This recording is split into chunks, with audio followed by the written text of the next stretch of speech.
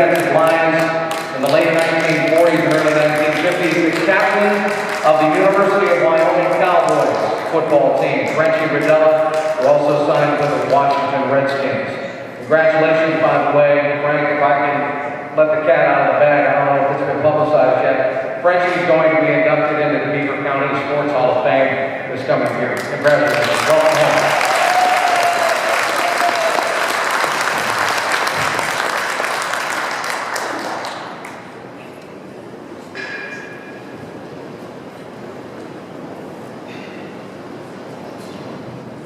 I feel elated and fortunate to accept the honor of being inducted into the Midland Sports Hall of Fame. I sincerely thank and appreciate all those that had a hand in choosing me for this time. I welcome my family, friends, and teammates that have come to share this honor with me. And I congratulate my fellow inductees. I thank the great coaches that I had here in Midland, Jim Myers, Frenchie, John Wilson. They helped me to become a better athlete, a student, and a responsible citizen. I was born and raised in Midland, PA, and I'm proud of it. My mom was a great homemaker in her time with me. My dad was a bricklayer and physical steel. I graduated in the class of 1951, 62 years ago. In those days, the steel mills were going full blast. We still had 7,000 people on the field.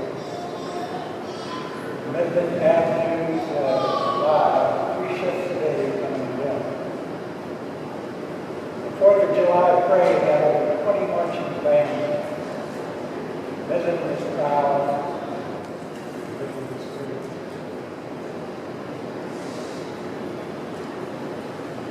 Every town in the valley had its own high school football team. Midland fans were fantastic. They followed us everywhere, cheered us on. Win or lose. It was a great time to grow up in Midland. And it looks like Midland is on its way back with the focus on Midland's revival. So for those folks, give her hell, Midland. Back then on a typical Saturday night, one of the guys would get the family car. And we only had one car in the family. We'd pitch in a quarter apiece for a couple gallons of gas. We'd head up the valley in our big van, looking for some chips. Oh, a happy day. All of the older folks were in a frenzy about this new crazy music called rock and roll. She said, you listen to that, it's great to have. Well, we all know how that worked out. So those of you with teenagers and their music and their technology, trust them, it will work. From early on, my parents instilled in me the need for an education. My dad went to the 3rd grade, my mom went to the 10th. Football was my ticket for education. At Midland, our best year was 1949, where we won 8, lost 1 title. We were only beat by California, PA, that went on to win the WBIR championship. My positions were linebacker and second wing center. My teammate, Bill Graham, was a guard. And in those days, we played both ways, offense and defense. Bill and I were offered a full scholarship to the University of Wyoming.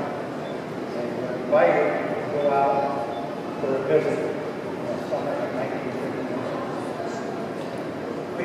I would visit and offer, but after a week in the Rocky Mountains, we decided to be University of Wyoming Cowboys. At Wyoming, all the coaches were from the South, mostly from Tennessee. And they had deep Southern drawl. They believed in strict discipline. No long hair, no mustaches. Don't even think about that. Physical conditioning was stringent. Football stadium in Wyoming is at 7,200 feet above sea level. Here in Midland, it's 800 feet. In the summer, all the guys would get together for play football and work out down to the first field. Some of the guys were Bob Zelinski, one to Detroit, Matt Johnson, one to Penn State, Bob Kennedy, one to Clemson, to mention a few. After practice, some of us would go down to the welcome buffet where the crew would choose. Because I was going to regret that. Getting in shape at 800 feet is a lot different than 700 feet. Off we went to learn for preseason training. Early on, we were running 40-yard dashes, 40 yards over, 40 yards back, forward. And I kept getting tired and weak. All at once, everything kind of went purple.